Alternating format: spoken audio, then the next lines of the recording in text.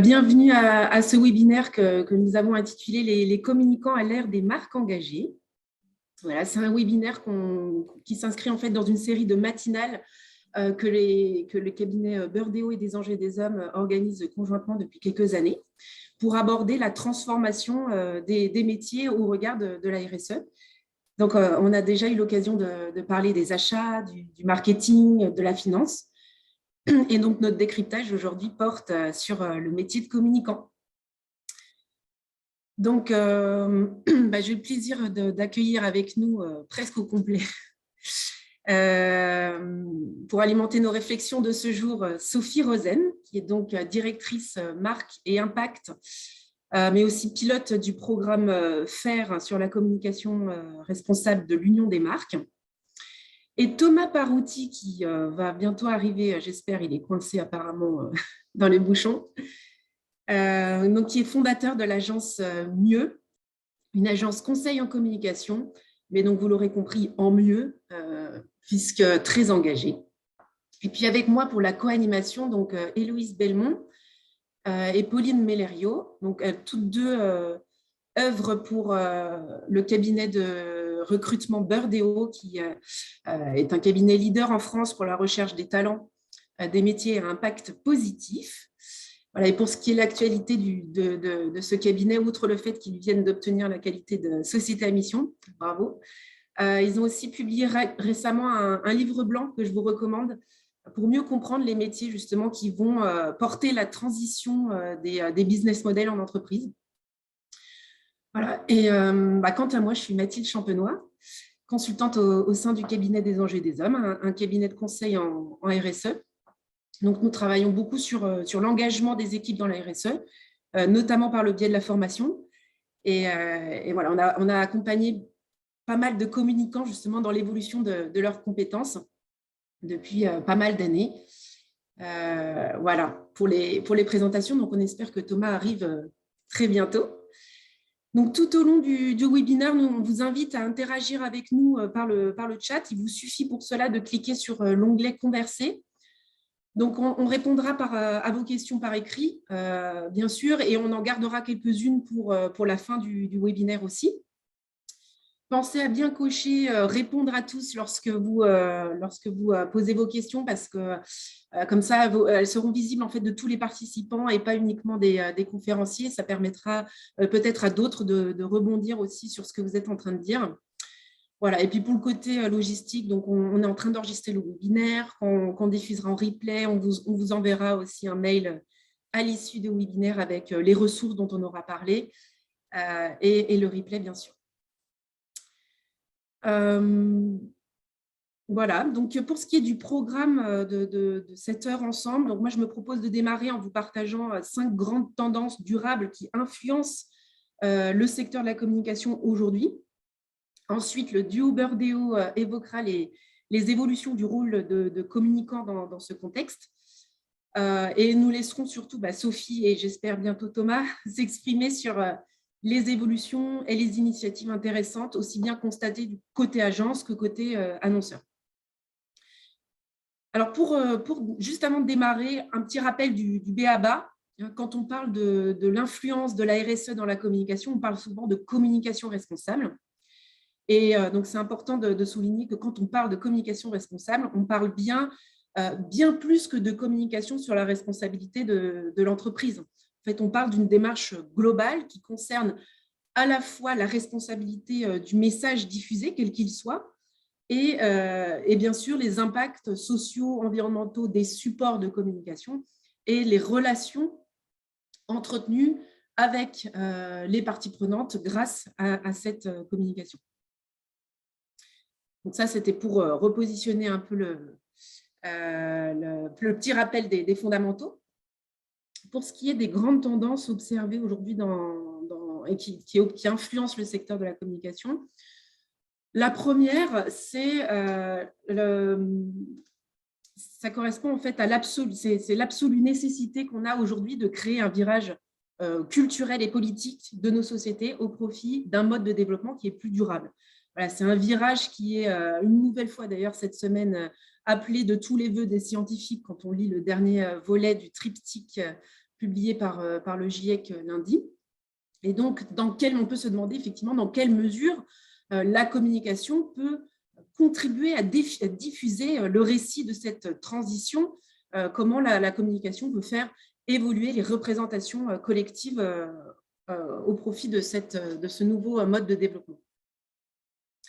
Ça, c'est la première tendance. La deuxième, la seconde tendance qui est à l'œuvre dans le secteur, c'est l'accélération finalement des transformations du monde économique au regard de ces grands défis environnementaux et sociaux. Alors, on sait que l'utilité sociétale des entreprises, c'est une attente bien réelle du citoyen et du législateur. C'est par exemple tout l'objet de la loi Pacte qui invite les entreprises à se questionner sur leur contribution au monde et à formuler leur raison d'être. Et donc finalement, pour la communication, le communicant, il doit travailler sur l'alignement entre le discours de l'entreprise, les engagements RSE de celle-ci qui se renforcent et sa raison d'être. La troisième tendance à l'œuvre concerne la transparence dont les entreprises doivent faire de plus en plus preuve concernant la composition de leurs produits, la provenance de leurs approvisionnements, les conditions de fabrication, l'impact carbone, par exemple, des produits et services qui va devoir être développé dans le cadre de l'éco-score souhaité par la loi climat et résilience. Vous avez aussi, par exemple, l'indice de réparabilité souhaité dans le cadre de la loi AGEC. Donc, finalement, c'est autant d'informations qu'il s'agit d'une part de collecter, mais aussi de rendre intelligible au grand public. Et ça, c'est parfois un peu complexe. Et ça nécessite pas mal de travail de vulgarisation et de pédagogie de la part de la communication. La quatrième tendance, elle fait référence finalement à l'aspect conversationnel qui existe aujourd'hui dans le secteur de la communication. C'est-à-dire qu'on attend des marques qu'elles embarquent leurs parties prenantes dans l'action, dans ce changement, qu'elles génèrent en fait l'envie de s'engager dans un mode de vie plus durable, qu'elles soient encourageantes, qu'elles expliquent comment faire, qu'elles donnent à voir les efforts qui sont faits par ses clients. Et puis la dernière tendance qui façonne le secteur, elle est liée aux impacts plutôt donc matériels des supports de communication. Finalement, on se pose la question des impacts d'une communication qui est de plus en plus digitalisée dans un monde où les émissions de gaz à effet de serre du numérique deviennent préoccupantes. Mais il y a aussi la question des supports imprimés avec une durée de vie limitée, notamment dans les lieux de vente, dans un monde où le développement de l'économie circulaire n'est plus une option. Voilà, donc c'est ce genre de questions aussi qui font évoluer les pratiques et qui provoquent aussi l'engagement de la filière communication de manière plus poussée sur ces volets-là. Donc, après avoir dressé justement ce panorama de tendances qui façonnent finalement et qui poussent à l'engagement les acteurs du secteur de la com, que ce soit les agences, que ce soit les annonceurs, je laisse la parole à mes collègues de Burdeo qui vont justement préciser l'évolution du rôle et des missions du communicant dans l'entreprise, que ce soit en agence ou chez l'annonceur. À vous les filles. Ouais, merci Mathilde pour cette présentation. Alors Thomas nous a rejoint. Bonjour Thomas et bienvenue du coup dans le webinaire. Alors effectivement pour débuter, c'était important qu'on puisse replacer en tout cas les missions du communicant. Aujourd'hui, effectivement, il y a un enjeu qui est majeur, c'est-à-dire que historiquement la RSE elle s'intégrait dans la communication essentiellement via le reporting extra-financier. Et aujourd'hui, le terrain de jeu s'est complètement élargi. Les entreprises ont vraiment l'opportunité de pouvoir valoriser leurs actions et leurs engagements. Si on fait un état des lieux, on constate qu'on fait face à de nouvelles attentes de la part de la société. Il y a une vraie pression des consommateurs en matière d'éthique, de transparence ou encore d'ailleurs de démarches responsables. Les consommateurs aujourd'hui sont vraiment sensibles au processus de fabrication et de distribution des produits, donc vraiment conscients du cycle de vie d'un produit, et donc ils vont désormais être attentifs au discours de la preuve. Les consommateurs vont être de plus en plus vigilants au regard notamment du greenwashing de certaines entreprises, et on constate notamment que dans le secteur de l'alimentaire, dans le retail, en matière de mieux manger ou d'origine et traçabilité des produits. Des applications comme Yuka ou Clear Fashion ont poussé les entreprises à plus de transparence. Ensuite, on indique effectivement l'aspect label, certification, qui sont un levier et une réelle opportunité de répondre justement aux enjeux de communication durable. C'est véritablement un enjeu clé sur la communication. Il y a un avantage de pouvoir justement s'appuyer sur une labellisation B Corp, une certification EcoVadis par exemple, et l'entreprise est alors en mesure de valoriser publiquement ses engagements et ainsi de rassurer ses prospects, ses consommateurs. La fonction communicant et de communication durable et de gestion de crise se retrouve au sein de grandes entreprises, notamment, et au sein de secteurs d'activité plus ou moins controversés. Un département pourra d'ailleurs alors y être dédié. Et on retrouve également cette fonction au sein d'entreprises qui ont un business model à impact. À ce moment-là, la manager communiquera alors sur les engagements, notamment RSE, de l'entreprise. Et enfin, c'est une fonction qui pourra être externalisée via notamment des agences comme l'agence Mieux, avec notamment Thomas Parotti qui est fondateur de cette agence et qu'on a eu l'opportunité d'accompagner dans ses besoins, notamment en recrutement chez Birdeo. Et puis, un point qui est aussi important de souligner, c'est que toujours chez Birdeo, dans le cadre de nos mandats de recrutement, on a pu observer à la fois que certains clients moins matures, entre guillemets, sur le sujet de la RSE ne vont pas forcément communiquer publiquement avant d'avoir mis en place de façon concrète et opérationnelle des actions, de peur de risquer justement la réputation de l'entreprise, d'être accusée de greenwashing ou autre. Et à l'inverse, d'autres entreprises qui vont communiquer autour de projets typiquement de labellisation ou ambition de certification afin vraiment d'affirmer leur engagement en matière de sustainability. Et donc, dans partie de ce constat, on observe qu'il y a notamment des créations de postes et des évolutions justement des missions de communicants. Je vais laisser le soin à Héloïse de nous présenter tout ça. Merci Pauline. Donc effectivement, il y a de nouvelles missions qui sont apparues en fait par rapport au rôle de communicant aujourd'hui, et notamment sur 3 niveaux. Donc dans un premier temps, le discours de marque qui évolue vers plus de responsabilité. Donc ça rejoint ce que Mathilde a présenté en premier lieu avec les tendances de communication et ce que Pauline a expliqué aussi au niveau des freins et des opportunités qu'on peut identifier. Donc c'est vraiment, l'idée c'est de transmettre une communication engagée, et le communicant a vraiment un rôle à jouer dans la clarté, la transparence et l'éthique des messages pour avoir un impact et changer les modes de consommation, c'est-à-dire faire prendre conscience des impacts sociaux, sociétaux et environnementaux de nos modes de consommation actuels. Aujourd'hui, comme on l'a dit plusieurs fois, notamment au travers des applications dont Pauline a parlé, mais pas que, le consommateur n'est plus dupe et il prend vraiment en compte notamment l'impact environnemental et à moindre mesure les impacts sociétaux dans son choix de consommation. Et le communicant, dans son travail, a donc vraiment une obligation de transparence et faire état de la preuve dans sa communication. Pour que la consommation responsable s'installe durablement, il faut vraiment que les marques s'adaptent. Il faut avoir une approche pédagogue et accompagner le consommateur dans sa réflexion et délivrer une part d'émotion, parce que sinon, il y a un risque de monotonie ou de lassitude vis-à-vis du consommateur. La deuxième chose qui est très importante, c'est les pratiques. Le communicant doit changer ses pratiques. Mathilde en a parlé au niveau de l'économie circulaire, notamment, mais pas que.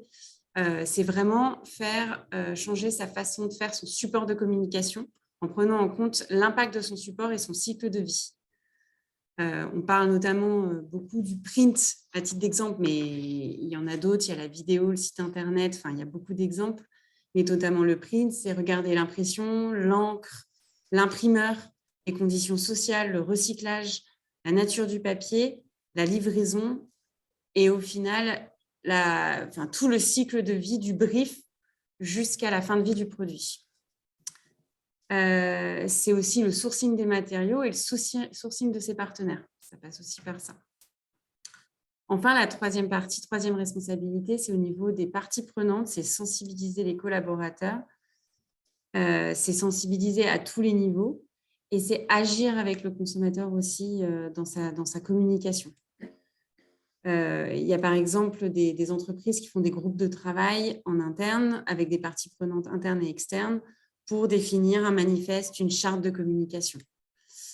Voilà, donc on remarque vraiment que les missions ont évolué au niveau du communicant et qu'aujourd'hui, la communication responsable intègre ces différentes responsabilités. Pauline, je te laisse. Ouais. Prendre la main effectivement sur les compétences qu'on appelle effectivement les compétences comportementales ou soft skills. C'est vrai que sur le métier de communicant responsable, ça repose bien évidemment sur un socle de compétences techniques métiers. Et à ça, donc, s'ajoutent des soft skills qu'on retrouve également sur nos métiers de la RSE, du développement durable. On va parler beaucoup de polyvalence, de curiosité, bien évidemment, sur les sujets, avec soit une connaissance des enjeux de la sustainability ou du moins une véritable affinité pour la RSE, le développement durable. Ça va être un élément clé. Derrière, de la rigueur, de l'autonomie, une vraie capacité à travailler en mode projet. Effectivement, Mathilde parlait aussi tout à l'heure de cette capacité à vulgariser l'information. Et c'est vrai que dans la nécessité aujourd'hui d'embarquer l'ensemble des parties prenantes et dans la nécessité de convaincre aussi, il y a une vraie notion justement de vulgarisation de l'information. Voilà. Merci Pauline.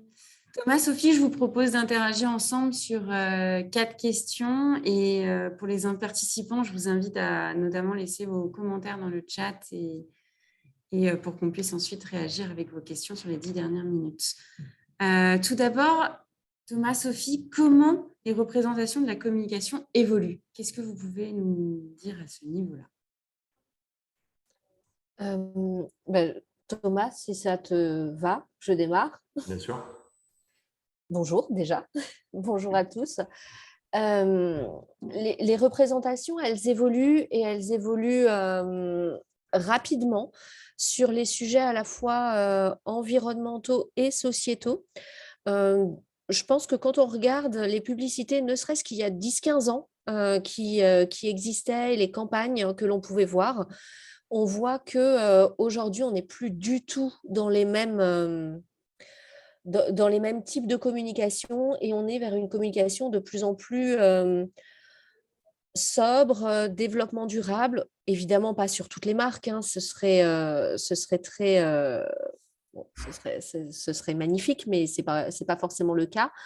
Mais aujourd'hui, on a vraiment des choses qu'on ne voit plus et je pense à des évolutions de marques, notamment comme Gillette, qui a complètement retravaillé je crois qu'elle est juste après, Mathilde, qui a complètement retravaillé la perfection au masculin et qui l'a complètement réinventé.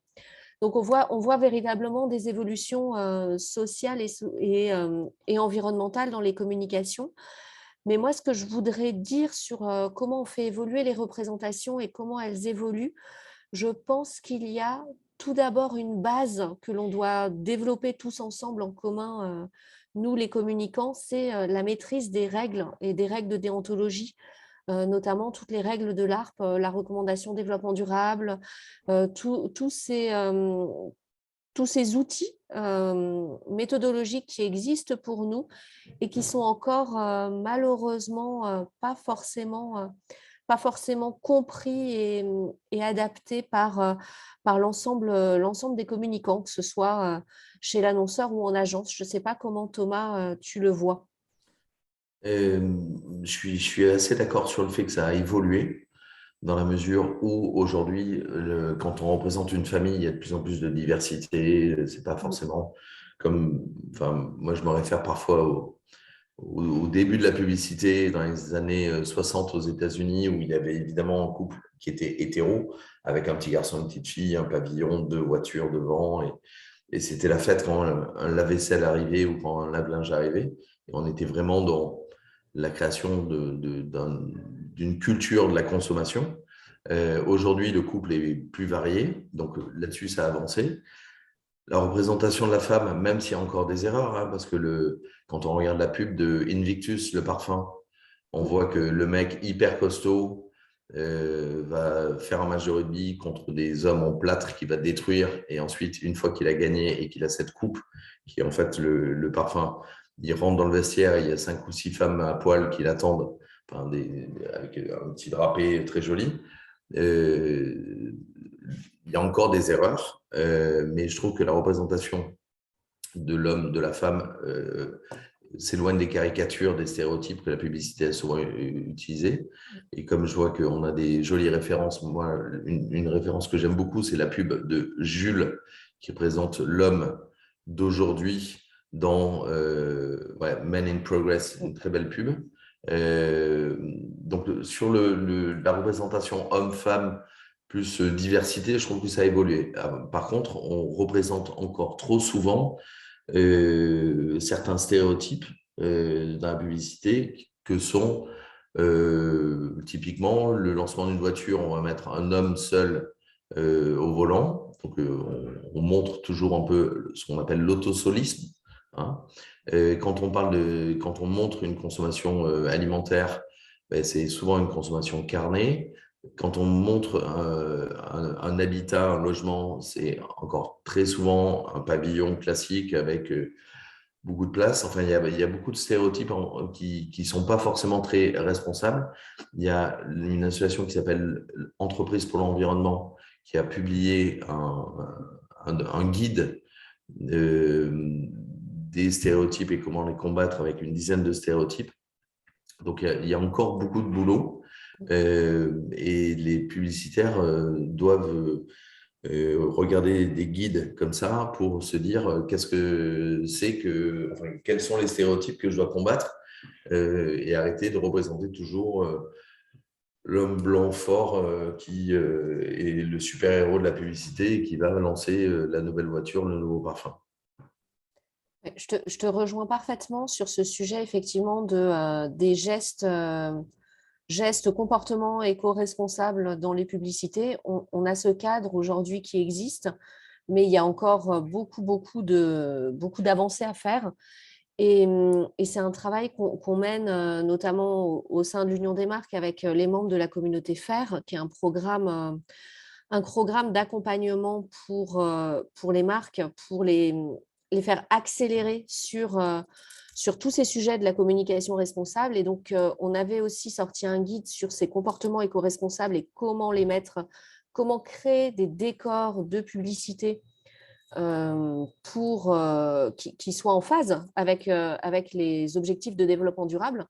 Voilà, quand je montre une publicité pour un cosmétique, est-ce que je montre la juste dose? Est-ce que je montre une salle de bain remplie de produits? Est-ce qu'on peut avoir des flacons familiaux, par exemple?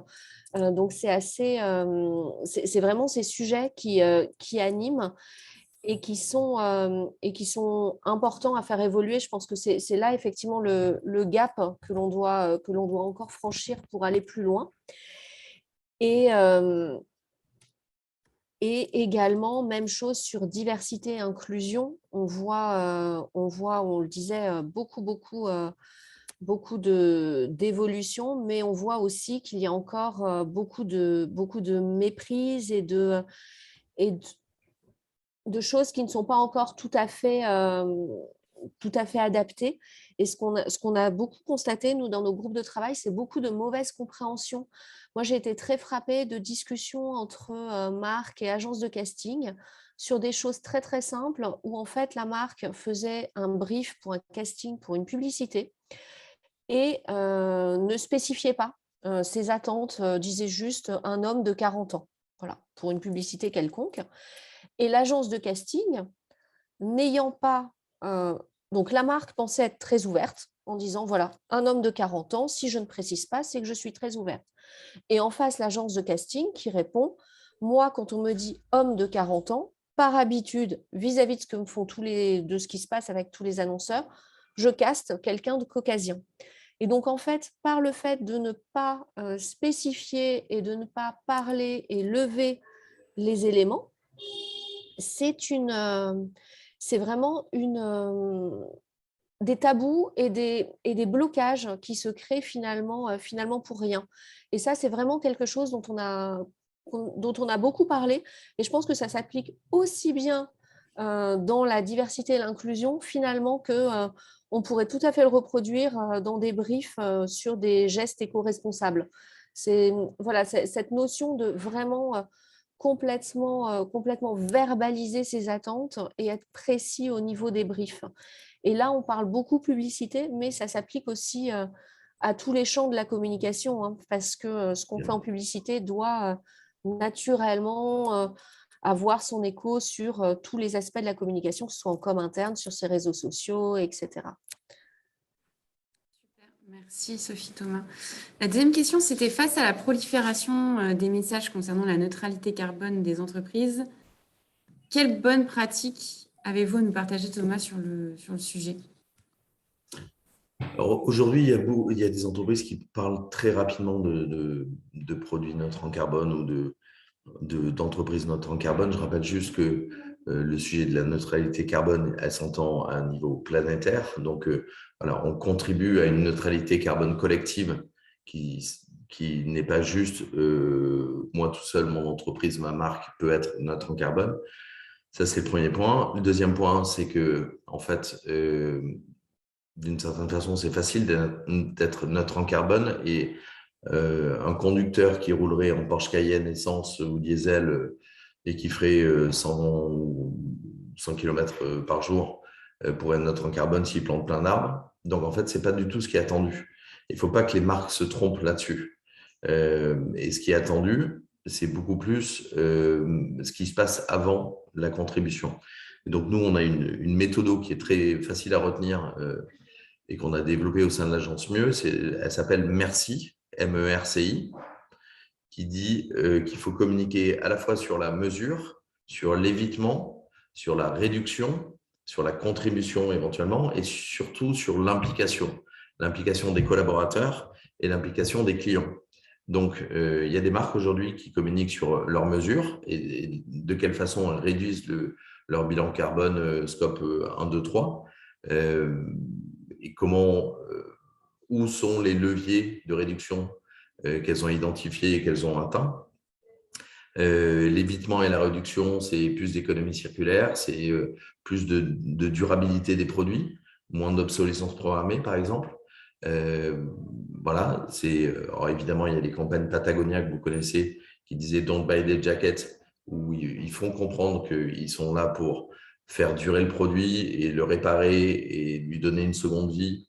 Et c'est pour ça qu'aujourd'hui, l'industrie de la mode et du textile sont en train de développer soit des corners seconde main, soit des boutiques entières. Un petit bateau vient d'ouvrir une boutique où il n'y a que l'occasion. Donc, c'est ça ce qui est attendu. Et après, l'implication des collaborateurs et des clients à réduire cette empreinte carbone. Et c'est beaucoup plus intéressant que juste de dire, voilà, moi j'ai planté des arbres. Par exemple, il y a une entreprise qui s'est fait attaquer il n'y a pas très longtemps. Et je trouve ça un peu injuste. C'est le groupe La Poste, qui est un des clients de l'agence et que je connais bien, et qui fait énormément d'efforts, qui donc s'annonce comme étant participant à la neutralité carbone collective depuis 2012. Donc, c'est vraiment une vieille histoire. Ils n'ont pas attendu la mode du carbone qui a émergé il y a 1 an ou 2 pour communiquer là-dessus. Et ils font énormément d'efforts pour réduire leur empreinte carbone. Évidemment, sur la mobilité, ce qui est un de leurs enjeux principaux. Hein.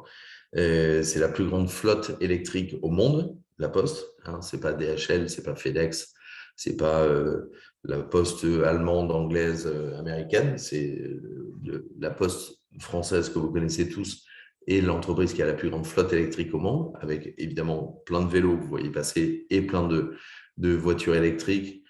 Chronopost livre en région parisienne tout en électrique. Enfin, il y a ce type d'effort. Il y a aussi beaucoup d'efforts sur l'efficacité énergétique des bâtiments. Ils ont évidemment un patrimoine immobilier gigantesque Je crois que c'est le deuxième après celui de l'éducation nationale et ils font beaucoup d'efforts sur l'efficacité énergétique. Ils ont fait aussi beaucoup d'efforts sur l'économie circulaire, sur comment on répare les machines qu'ils utilisent, comment ils recyclent tous les kakémonos qu'ils font pour en faire des objets publicitaires internes. Voilà, donc il y a beaucoup d'efforts qui sont faits par tous les collaborateurs, qui sont faits voilà, pour réduire leur empreinte carbone. Et c'est à la fin de tout ça qu'ils vont contribuer. Et du coup, leur contribution est évidemment assez importante parce qu'il reste un bilan carbone élevé. Et ce sont les collaborateurs qui choisissent de planter des arbres dans des pays du Sud et aussi un petit peu en France où ils sont partenaires du ministère et de l'ONF pour planter des arbres et donc du coup effacer en partie la trace. Voilà. Mais le sujet de la neutralité carbone est monté en puissance au cours des dernières années. Nous, ça représente, je pense que dans 2/3 des briefs qu'on reçoit, il y a un sujet carbone. Les entreprises ont beaucoup progressé. Il y a une étude qui est faite par EcoAct chaque année en septembre qui démontre qu'en 2019, septembre 2019, 20% des entreprises avaient une stratégie climat. En septembre 2020, 41%. Et là, dernier mois de septembre, 71% des entreprises avaient une stratégie climat. Donc voilà, on sait bien, et le troisième rapport du GIEC est sorti il y a quelques jours, on voit bien l'importance de réduire son bilan carbone. Les entreprises françaises sont plutôt très fortes et très engagées sur le sujet, avec des stratégies climat très ambitieuses. Je pense notamment au secteur de l'immobilier, qui réfléchit beaucoup à ce sujet-là, et notamment aux foncières, qui font un gros boulot là-dessus. Gecina, ICAD et quelques autres. Donc, ça devient un élément de choix. On sait que demain, il y a des entreprises qui vont disparaître parce qu'elles n'auront pas de stratégie climat, un peu comme Kodak a un peu disparu avec le digital. Voilà, c'est l'exemple qu'on prend toujours sur le digital. Je pense qu'il y a des entreprises qui vont disparaître parce qu'elles ne vont pas réussir à réduire leur bilan carbone. Et typiquement, les équipementiers automobiles, aujourd'hui, c'est une pression forte qu'elles ont des constructeurs automobiles. Et demain, il y a des équipementiers automobiles qui vont perdre des contrats parce qu'elles n'ont pas réussi à décarboner leur activité, décarboner leurs produits. Et donc, du coup, elles vont perdre des grosses parts de marché. C'est pour ça qu'il y a une accélération soudaine. Et la France et les entreprises françaises ont un rôle à jouer hyper important parce qu'on est plutôt bon sur les sujets RSE. Hein. Il y a un sondage, enfin pas un sondage, une étude qui était, je crois, pilotée par EcoVadis, qui disait que la France était le 3e pays au monde sur les stratégies RSE, l'ambition des stratégies RSE, derrière 2 pays scandinaves. L'Allemagne devait être 15e et les US 25e. Moi, je suis persuadé que dans les années à venir, ça va devenir un élément de compétitivité, le bilan carbone. Et donc, du coup, à nous, communicants, de bien l'exprimer et surtout pas de se prendre les pieds dans le tapis en racontant des bêtises sur la neutralité carbone. Sophie, est-ce que tu es d'accord avec moi ? Je ne peux que être d'accord sur la nécessité de s'exprimer clairement, humblement, proportionnellement sur ces sujets de neutralité carbone, parce qu'on sait que tout ce qu'on fait a un impact. Notre but, c'est effectivement de le réduire. Voilà, je ne vais pas vous reparler. Tu as évoqué le rapport du GIEC et effectivement toute cette nécessité de la baisse de nos émissions de gaz à effet de serre.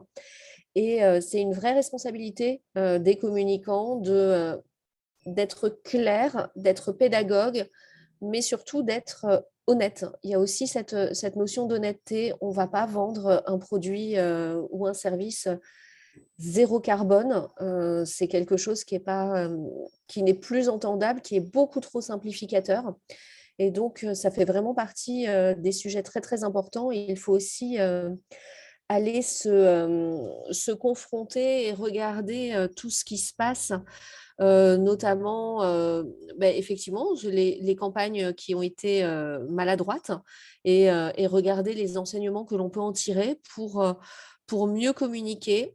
Moi, je parlerai aussi de la nécessité pour les communicants de s'appuyer sur leurs équipes RSE. Ils ont quand même très souvent des très bons techniciens en interne de tous ces sujets qui peuvent leur expliquer justement où est-ce qu'on peut aller, qu'est-ce qu'on peut dire sur tel produit, tel service, qu'est-ce qui est pertinent de dire, est-ce que ça correspond si je veux communiquer sur tel aspect, est-ce que ça correspond à un vrai impact de mon entreprise ou est-ce que c'est quelque chose d'anecdotique? Donc, je pense aussi qu'il est très, très important de désiloter et que communicants et personnes de la RSE véritablement se parlent et échangent beaucoup sur ces sujets pour avoir une communication claire, compréhensible par le consommateur et la consommatrice et juste. Donc, je te rejoins à 100%, Thomas. En fait, il y a une étude qui est sortie il n'y a pas très longtemps. Alors, je vois que dans le chat, les gens me demandent des études, des liens, etc. Donc, j'en ai filé 2-3. Alors, celle-là, je ne suis pas sûr de trouver le lien. Mais dans 41% des cas de greenwashing, c'est parce que la direction de la communication n'a pas assez discuté avec la direction RSE. En fait, il y a deux cultures très différentes qui s'opposent.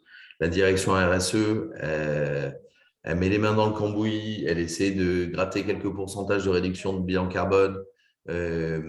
C'est un joli métier, mais c'est quand même pénible d'être directeur de la RSE.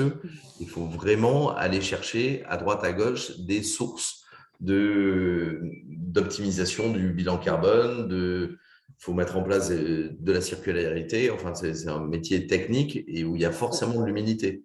Surtout quand on connaît, quand on lit les rapports du GIEC, quand on sait que voilà, le GIEC nous dit on a 3 ans pour changer. Tout le monde a signé, enfin, par définition, les pays ayant signé les accords de Paris, si on doit faire 1,5 degré, on a le droit d'émettre. C'est le petit moment dépressif de la conférence. Donc, ceux qui sont un peu fragiles peuvent couper leur micro, enfin leur audio. Bon, pour respecter la courbe des 1,5 degrés, on a le droit d'émettre 750 gigatonnes de CO2. Voilà, jusqu'en 2100. Au rythme où on va les émettre en 7 ans, en 2028. Donc, les 1,5 degrés, on va les défoncer, on va les exploser. Donc, il faut. Donc, le directeur RSE, il est humble dans sa posture, dans sa façon de faire. Il sait qu'il va ramer pendant les prochaines années, etc. Et à côté, culturellement, la direction de la communication, elle nous dit qu'elle a le plus joli produit du monde, que c'est peut-être le meilleur café du monde, que le luxe, c'est peut-être l'espace, etc. Et on est toujours dans les superlatifs. Et c'est toujours un peu la fête du produit et la fête de l'orgueil et de la fierté, etc. En disant, regardez mon produit, c'est le meilleur produit du monde, il est génial, etc. Donc, culturellement, vous voyez bien qu'il y a une dissonance dans la perception de la façon de communiquer.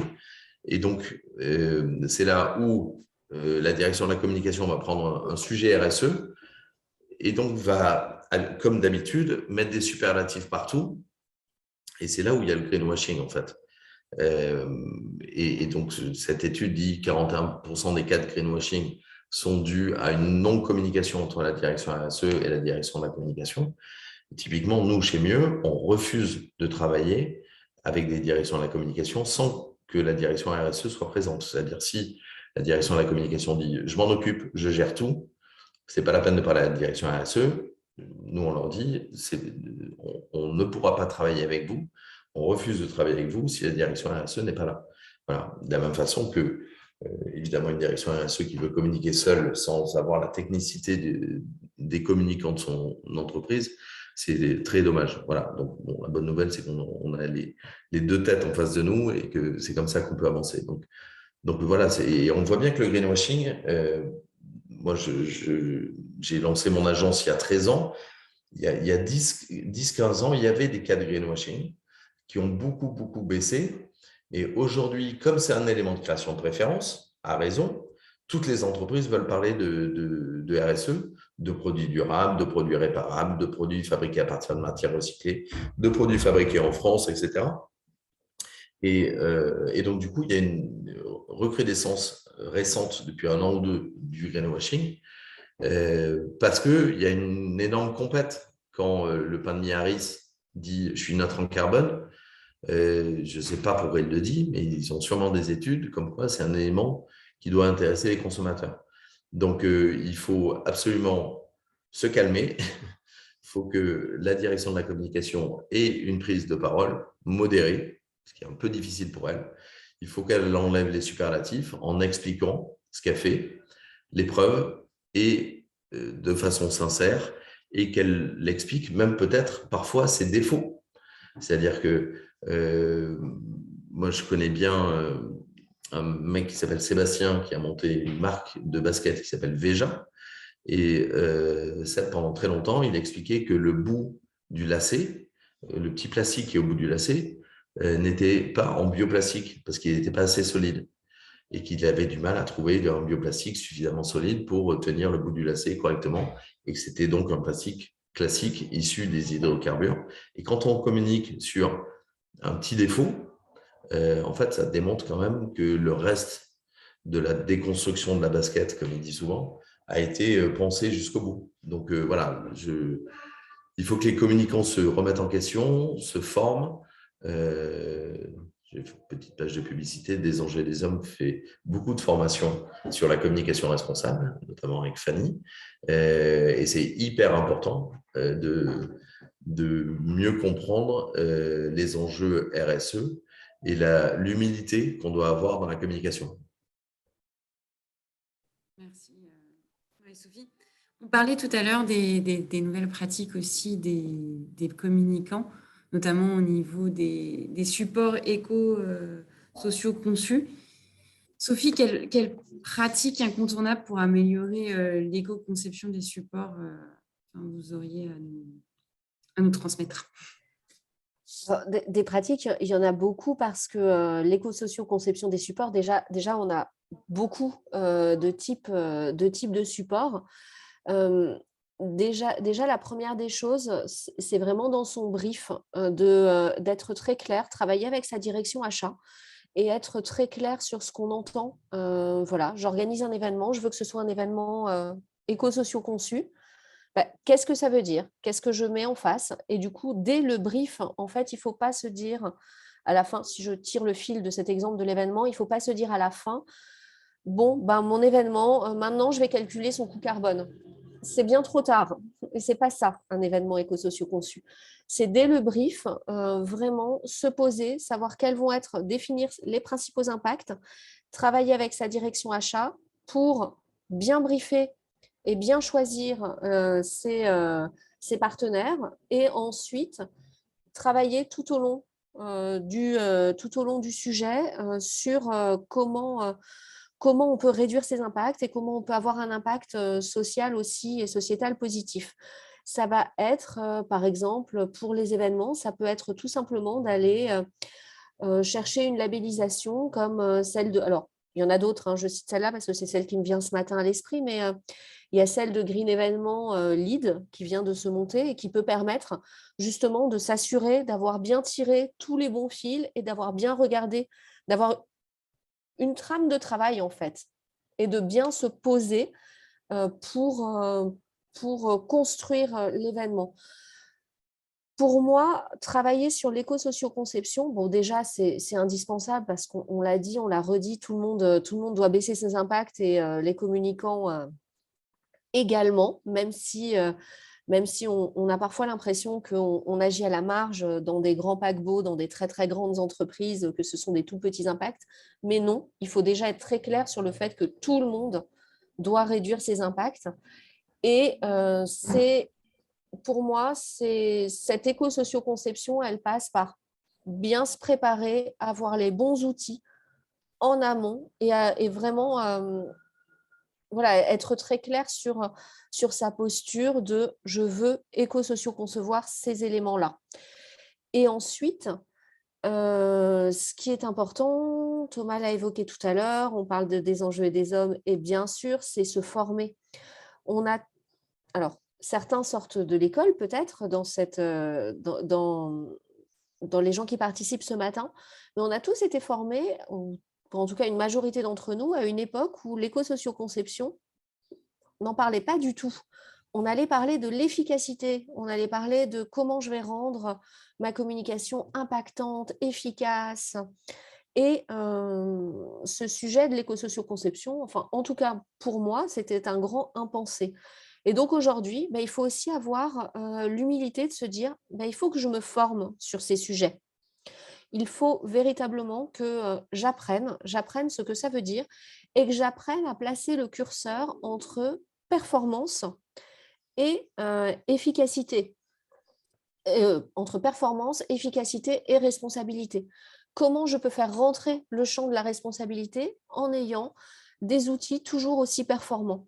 Et ça, pour moi, c'est aussi un vrai sujet de formation parce qu'on a encore beaucoup de personnes dans les entreprises qui opposent les deux. Et c'est pas forcément, c'est pas le cas.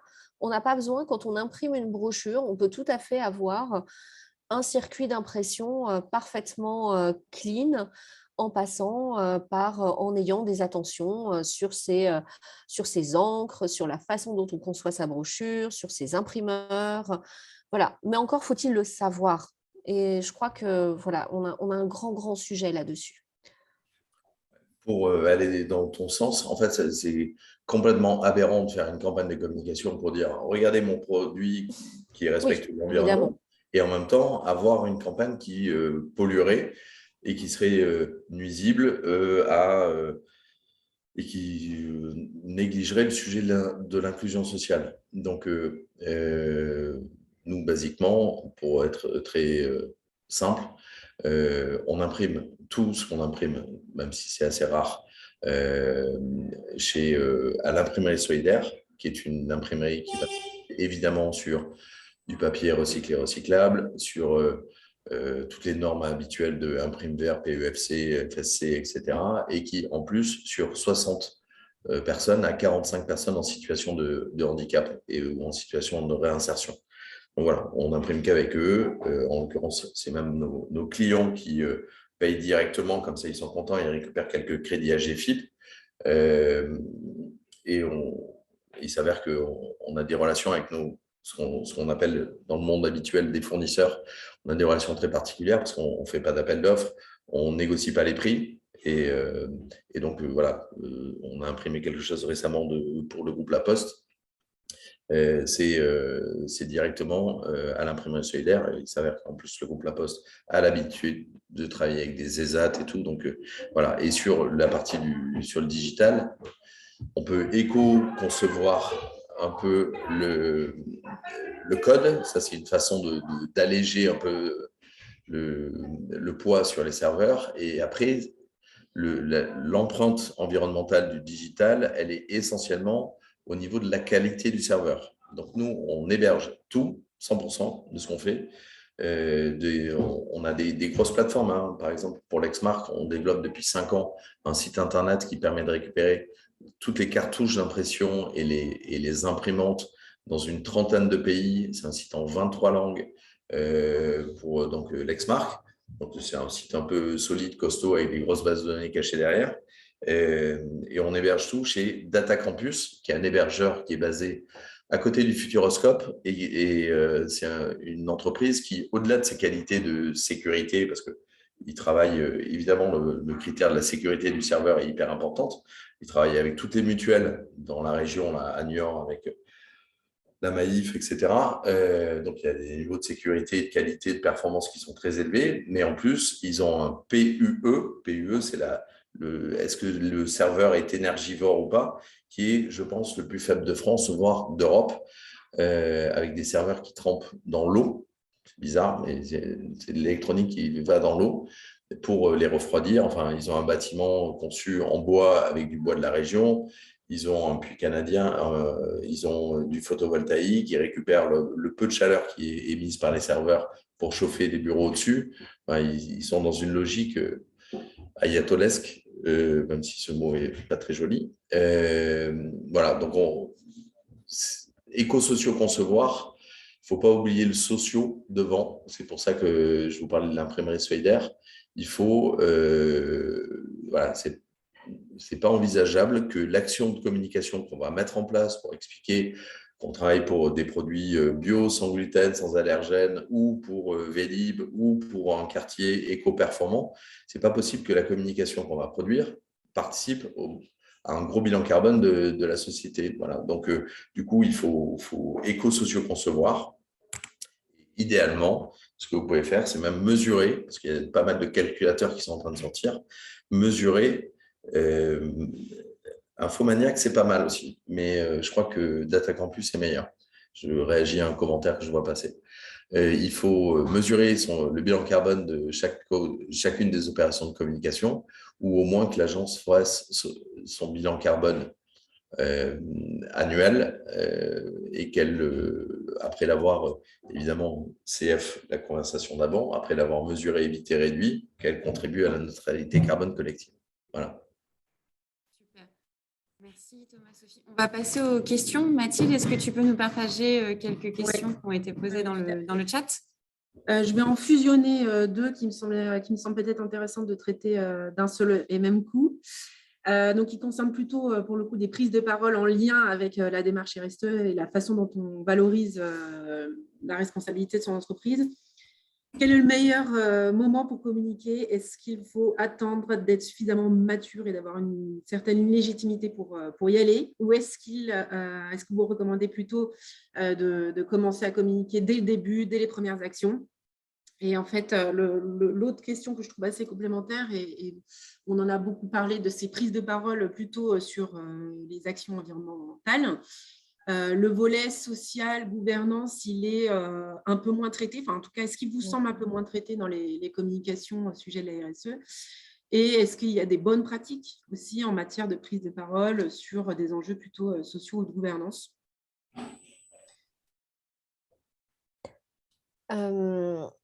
Sophie, pour la première partie de la question, j'aurais tendance quand même, vu ce qu'on voit des attentes des consommateurs, notamment, je repense là au baromètre Greenflex ADEME qui nous éclaire bien sur les attentes de preuves, que les 80% des consommateurs veulent des preuves sur les discours liés à la responsabilité. Je dirais qu'il vaut mieux quand même avoir une démarche déjà structurée, un peu avancée et pouvoir avancer des preuves de ce que l'on dit. Le pire pour moi, ce serait quelqu'un qui, je force le trait, mais quelqu'un qui dit je vais avoir alors, neutralité carbone à horizon 2050, mais qui n'explique pas du tout comment il va faire et qui n'a pas encore démarré. Alors ça, pour moi, ce serait typiquement l'idée d'une communication totalement contre-productive parce que voilà, on est dans le registre de la bonne intention et dans notre monde actuel avec la défiance qui existe et qui est parfois tout à fait normale des consommateurs vis-à-vis des marques, je pense que le discours de la preuve et être capable de prouver ce que l'on fait et d'expliquer comment très concrètement on avance et très concrètement comment on va avancer, en admettant ses limites. On n'est pas obligé d'être arrivé pour communiquer. On est sur un chemin et on peut admettre que certains sujets soient encore pas possibles, pas adressés, qu'on n'a pas trouvé la solution. Et je pense que c'est plutôt sur cette posture-là que je partirais. Pour revenir sur le deuxième volet de la question, sur les enjeux sociétaux, gouvernance, les enjeux sociétaux, je serais pas si dure. J'ai l'impression quand même qu'on voit de plus en plus, alors pas suffisamment encore, mais on voit quand même de plus en plus de communication qui s'intéressent à ces enjeux sociétaux. Je pense à des campagnes, là je pense notamment à Maybelline qui a fait toute une campagne autour d'un sujet que moi j'ai trouvé assez fort pour eux parce que je ne m'attendais pas du tout à une prise de parole de leur part sur ce type de sujet. Ils étaient sur le sujet de la dépression et de la dépression des jeunes et comment prendre la parole sur ce sujet. Voilà, quand on est une marque comme Maybelline, très axée sur la performance beauté, voilà, c'était assez étonnant de leur part. Je trouve qu'on voit aussi des sujets toujours en beauté, sur les prises de parole autour de la ménopause, aussi en lingerie, sur la diversité des corps. Donc, je trouve que c'est des choses qui évoluent. Je suis assez d'accord, pas assez vite. J'aimerais que ça aille plus vite, mais qui sont en évolution. Sur les sujets de gouvernance, effectivement, je les vois moins, mais c'est peut-être quelque chose sur lequel on devrait réfléchir. Ou qui sont plus visibles Ouais, qui sont pour les peut-être plus marques visibles. à impact, qui sont dans des processus de labellisation RSE Ouais, type Bicorp et oui. qui Oui, ont en fait, on voit quand l'entreprise devient société à mission, quand elle se félicite de devenir Bicorp, quand elle prend la parole sur le Bicorp Monde, ce genre de choses, mais peut-être moins régulièrement, effectivement. Mm. Mm. Et Sophie, j'en profite, comme vous étiez en train d'expliquer ces bonnes pratiques. Le programme FAIR, il a été récemment revisité, hein, et donc c'est un programme d'engagement à destination des marques pour les encourager dans leurs pratiques en matière de communication responsable. Et là, vous venez, donc, parce qu'il existe depuis longtemps, hein, ce programme, mais vous venez de Et le 2018. revisiter pour 2022-2024. On serait intéressé de savoir justement quels sont les sujets qui ont émergé dans cette nouvelle version de ce programme. Quels sont les sujets émergents en matière de responsabilité du communicant sur lesquels vous voudriez insister? Alors, juste peut-être pour resituer, le programme FAIR, il existe depuis 2018. Il réunit aujourd'hui un tout petit peu moins de 50. J'espère que nous allons bientôt passer la barre des 50 entreprises. Département marketing et communication qui s'engagent véritablement pour une communication plus responsable. Il est constitué de 15 engagements socles, qui sont les engagements obligatoires que vous voyez à l'écran, mais qui sont adossés à des engagements complémentaires qui, eux, ne sont pas, qui sont vraiment pour les entreprises les plus matures et qui veulent aller plus loin. Et effectivement, on le révise tous les 2 ans pour coller en fait aux enjeux du moment. Aujourd'hui, ce qu'on voit qui est vraiment, qui sont dans les tendances émergentes, c'est un petit peu ce qu'on disait tout à l'heure, l'alignement des engagements RSE de l'entreprise. Voilà, comment on communique les engagements de la marque, comment on est aligné avec ces engagements RSE, avec sa raison d'être, si on l'a formulé, comment on peut articuler, voilà, communication et RSE. Ça, c'est un de nos grands sujets. Les autres grands sujets, c'est le sujet de l'influence responsable. L'influence a pris, vous le savez tous, hein, une part très, très importante dans nos vies et dans nos actualités. Et le recours aux influenceurs, c'est quelque chose de quotidien chez les marques et il est nécessaire aujourd'hui de clarifier tout ça. On a vu là avec l'Observatoire de l'influence responsable que encore 25% des collaborations commerciales entre marques et influenceurs ne sont pas signalées aux internautes. C'est un sujet. Déjà, c'est la loi. On doit les signaler. Mais c'est encore une fois, pardon, j'ai l'impression de me répéter, mais c'est encore une fois un sujet de formation. Les influenceurs, souvent, ne sont même pas au courant de ce qu'ils devraient faire pour annoncer clairement une collaboration commerciale. Et puis, il y a aussi une question de cohérence. Quand on a recours à un influenceur, est-ce que cet influenceur va être dans un univers cohérent avec mon univers de communication, bien sûr, mais mon univers de communication responsable?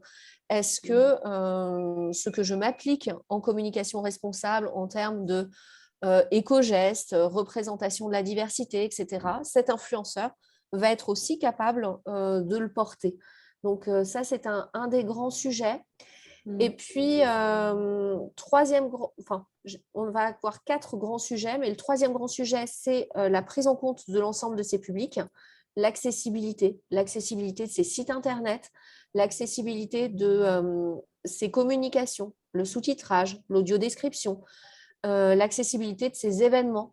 Ça, c'est aussi encore un grand sujet qui doit être vraiment pris en compte par les marques et adressé, alors avec toute la chaîne de valeur. Hein, Thomas, on compte aussi sur mieux pour nous aider à avancer sur ces sujets. Mais c'est aussi un des très grands sujets parce qu'on ne peut pas se passer des millions et des millions de personnes. On ne peut pas se dire, bah non, eux, on ne leur parle pas. Enfin, c'est aujourd'hui une posture qui n'est pas tenable. Et puis, bien sûr, l'éco-socio-conception des outils, ça c'était le sujet de l'année dernière, ce sera le sujet de cette année. Et on a véritablement, dans le cadre du programme FAIR, pour ambition d'arriver à un référentiel commun entre marques d'impact environnemental, d'impact carbone. Comment on peut calculer l'impact environnemental, l'impact carbone d'une campagne de communication, quel référentiel, qu'est-ce qu'on mesure. Après, quelle calculette, ça, à chacun de choisir. Il y a plein de calculettes qui existent. Mais qu'est-ce qu'on mesure et comment on le mesure et comment on mesure des campagnes.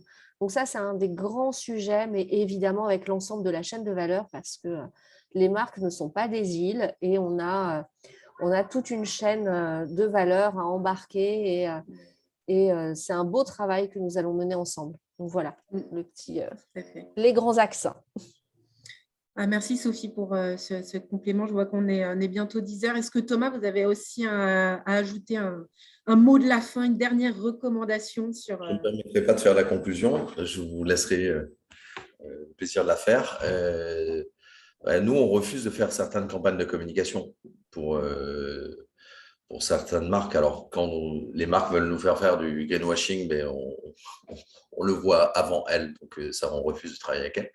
Mais nous, on a souvent refusé de faire des campagnes de communication externes parce que ce n'était pas assez solide en interne. On a, dans nos clients, on a des gens très vertueux. Quand on bosse avec, par exemple, Le Pain des Fleurs, qui est des tartines craquantes que vous pouvez acheter chez Naturalia Biocoop, qui sont bio, sans gluten, sans allergènes, fabriquées en France. Tout ça, super bien.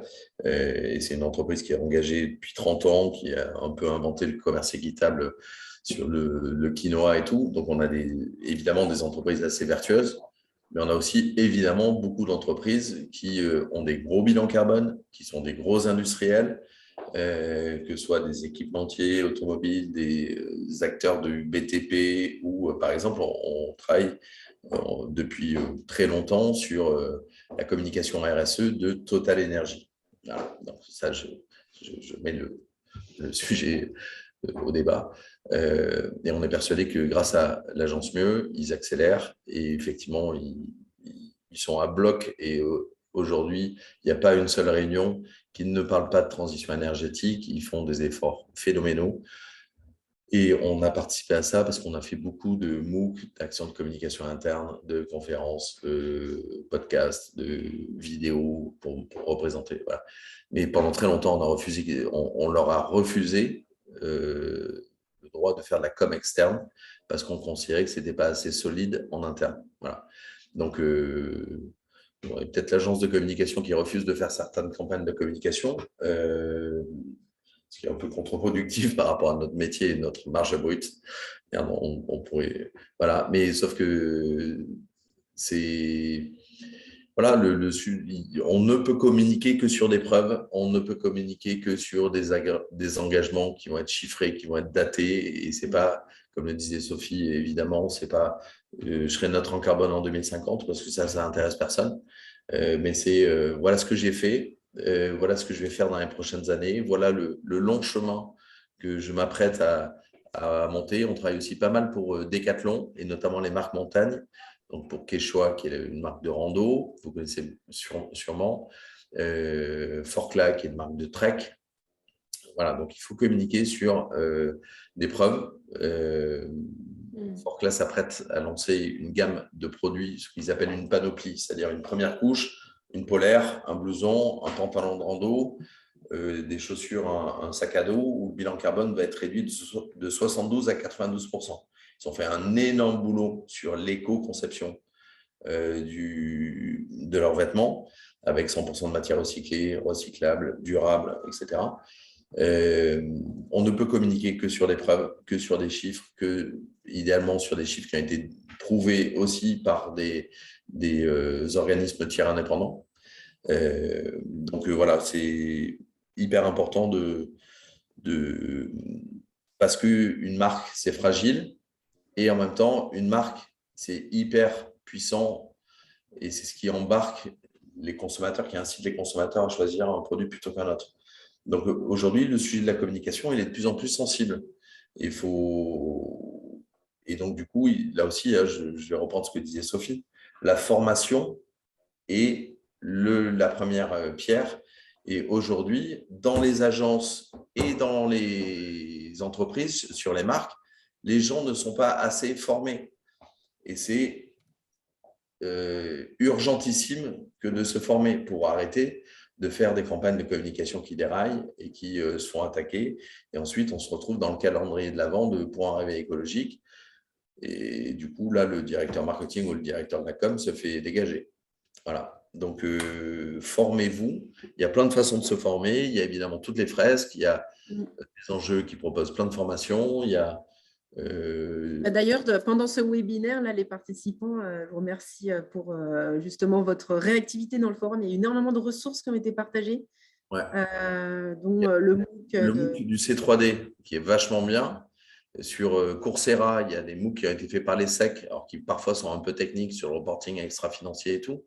Mais de toute façon, ce qui différencie un individu ou une marque d'un autre individu ou d'une autre marque, c'est sa culture, c'est sa connaissance. Voilà. Et nous, dans les gens qu'on recrute, le premier critère, c'est la curiosité, le premier critère d'évaluation. On voit des gens qui nous disent « Ouais, je m'intéresse au développement durable, je trie mes déchets dans la poubelle. » Ok. C'est comme quand je recrutais des gens il y a 15-20 ans qui me disaient « Ouais, je m'intéresse au digital, j'ai une connexion 56K, je ne sais même plus comment ça s'appelle.